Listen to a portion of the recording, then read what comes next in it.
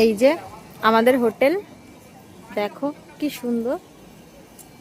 আমাদের এই রুমগুলো বুক আছে। আর সব থেকে ভালো জিনিস, চল চল,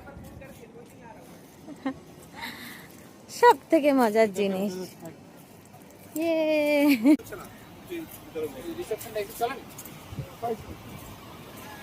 এই যে সমুদ্র, এই যে সমুদ্র,